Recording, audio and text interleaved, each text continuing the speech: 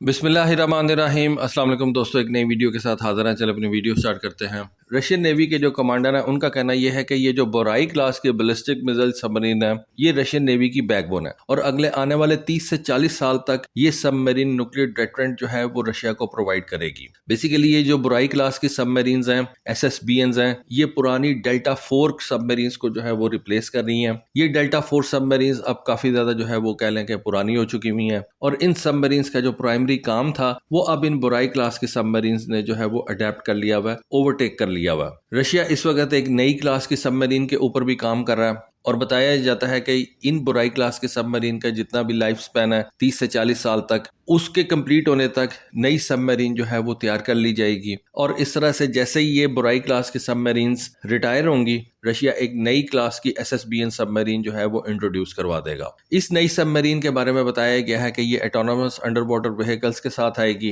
Advance under water weapons जो है वो फायर कर सकेगी। मतलब इसके लिए नए वेपन्स जो है वो भी तैयार किए जा रहे हैं। फिल वक्त ये जो बोराई क्लास की सबमरीन्स हैं ये RSM-56 बुलावा सबमरीन लॉन्च बैलिस्टिक मिसाइल्स जो है वो उठा के लेके जा सकती है और इस बोराई क्लास की सबमरीन को डिजाइन ही इस तरह से किया गया कि वो ये नए SLBMs जो है वो लेके जा सके। मतलब बेसिकली तो आपने ये देखना है कि आपकी सबमरीन जो मिसाइल फायर कर रही है या जो SLBM फायर कर रही है वो कितना ज्यादा एडवांस है और इन एडवांस SLBMs को क्या आपकी पुरानी डेल्टा 4 क्लास की जो सबमरीन हैं वो लेके जा सकती हैं या प्रॉपर तरीके से उनको जो है वो फायर कर सकती हैं। तो बताया जाता है कि जब रशिया ने ये नए RSM-56 SLBMs तैयार किए थे तो उस वक्त ही रशियंस को ये एहसास हो गया था कि उनको एक नई क्लास की सबमरीन जो है वो भी चाहिए और इसी वजह से उन्होंने ये बोराई क्लास की सबमरीन डेवलप की ताकि इस नए SLBM की जो है वो पूरी की पूरी कैपेबिलिटीज जो है वो उनको एक्सप्लॉइट किया जा सके। एक बोराई क्लास के सबमरीन 16 इस तरह के SLBMs जो है वो लेके जा सकती है और उन 16 मिसाइलों के ऊपर आप जानते ही हैं कि multiple independently targetable nuclear warheads जो है वो रखे जा सकते हैं। इस तरह से एक ये जो RSM-56 मिसाइल है वो मल्टीपल टारगेट्स को जो है वो एंगेज कर सकता है।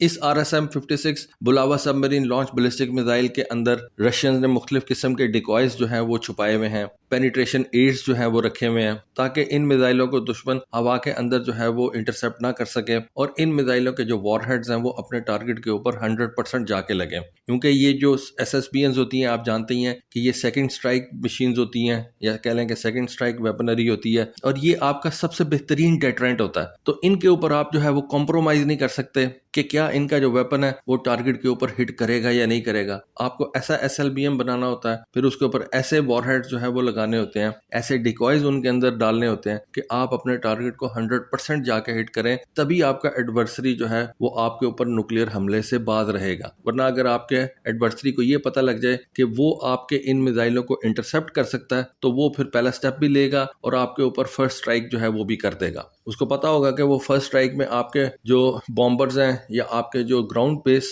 मिसाइल सिस्टम्स हैं उनको एलिमिनेट करेगा और जब आप अपने ये सेकंड स्ट्राइक कैपेबिलिटी के सबमरीन्स निकालोगे, वहां से SLBMs फायर करोगे तो वो इनको हवा में इंटरसेप्ट कर लेगा। तो इन SLBMs की जो टेक्नोलॉजी है वो बहुत ज्यादा जो है वो एडवांस आपको रखनी पड़ती है ताकि इनके जो वॉरहेड्स हैं वो आपका एनिमी इंटरसेप्ट ना कर सके और उसको पता हो कि ये जो वॉरहेड इन SLBMs के ऊपर लगा हुआ है वो उसको जाके हिट करेगा और उसका नुकसान करेगा। तभी इन मिसाइलों को, इन सबमरीन्स को आप एक डेटरेंट के तौर पे जो है वो इस्तेमाल कर सकते हैं। ये जो बोराई क्लास के सबमरीन है इनके बारे में बताया जाता है कि ये बहुत ज्यादा जो है वो लो अकॉस्टिक सिग्नेचर के साथ आती हैं, मतलब बहुत ज्यादा क्वाइट सबमरीन्स हैं और सबमरीन्स का स्टेल्थ ही ये होता है कि जितनी ज्यादा एक सबमरीन क्वाइट होगी, खामोश होगी, उसकी आवाज कम होगी, उतना ज्यादा उसका स्टेल्थ होगा। जो पुरानी डेल्टा 4 क्लास की सबमरीन्स थी वो भी बहुत ज्यादा जबरदस्त थी और अपने टाइम के अंदर बताया जाता है कि उनको डिटेक्ट करना भी रशियन एडवर्सरीज के लिए को बहुत ज्यादा आसान नहीं था। लेकिन ये जो बोराई क्लास के सबमरीन्स हैं ये ज्यादा बेहतर टेक्नोलॉजी के साथ आती हैं, ज्यादा बेहतर प्रोपल्जन सिस्टम्स के साथ आती हैं और डेल्टा 4 क्लास के सबमरीन्स के मुकाबले में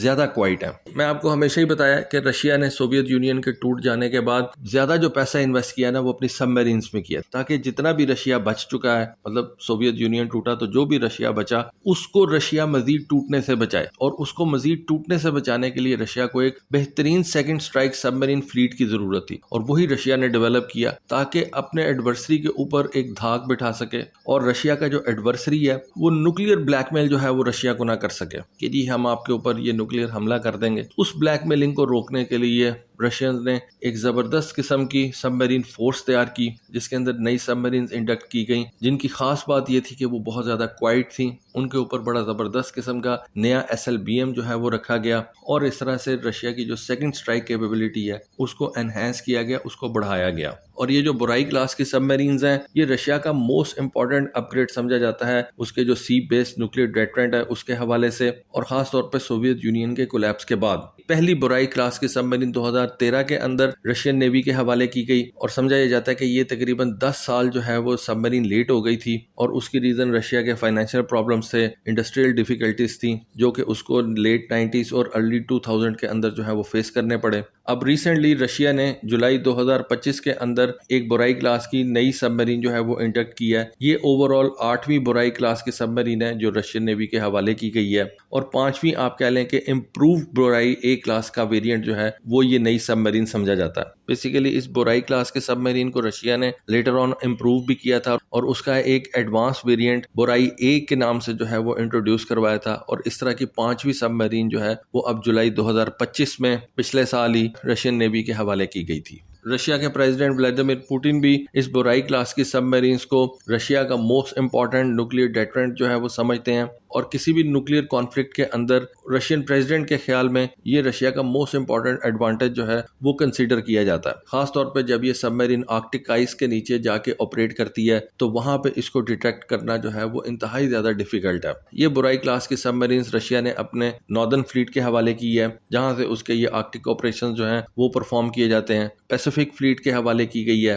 लेकिन ज्यादातर ये जो बुराई क्लास के सबमरीन्स हैं ये नॉर्दर्न फ्लीट इस्तेमाल करती है, जहां पे ये सबमरीन्स आर्कटिक आइस के नीचे छुपी रहती हैं और अपना न्यूक्लियर डेटरेंस जो है उसको मेंटेन रखती हैं। और यहीं से ये सबमरीन्स अपने SLBMs नॉर्थ अमेरिका और यूरोप के ऊपर जो है वो फायर कर सकती हैं। ये जो बुराई क्लास की सबमरीन है, इनकी एक खास बात ये भी है कि रशिया ने इनको अपने कैंसल्ड प्रोजेक्ट्स जो हैं उनसे जो है वो डेवलप किया। मतलब रशिया ने अपना एक एकूला क्लास की सबमरीन्स का प्रोजेक्ट जो है वो शुरू किया, लेकिन फिर जब सोवियत यूनियन टूटा तो रशिया के पास पैसे खत्म हो गए, फाइनेंशियल प्रॉब्लम्स आ गए, इंडस्ट्रियल प्रॉब्लम्स आ गए, तो रशिया ने उस एकूला क्लास की सबमरीन और ऑस्कर 2 क्लास की सबमरीन्स के जो हल्स उसने तैयार कर लिए हुए थे, या जिन सबमरीन्स के हल्स की उसने कंस्ट्रक्शन शुरू कर दी हुई थी ना, उन हल्स के ऊपर उसने इस बुराई क्लास की सबमरीन को डेवलप किया। वहां से अपने पैसे बचाए और कैंसल्ड सबमरीन्स जो थी उनके हल्स को इस SSBN के अंदर जो है वो इस्तेमाल किया, जिससे रशिया की कॉस्ट भी सेव हुई। उसका जो मटेरियल वहां पे लग चुका था उन सबमरीन्स के अंदर वो भी इस्तेमाल में आ गया, और इस तरह से रशिया को कोई खास अलग से पैसे भी नहीं लगाने पड़े।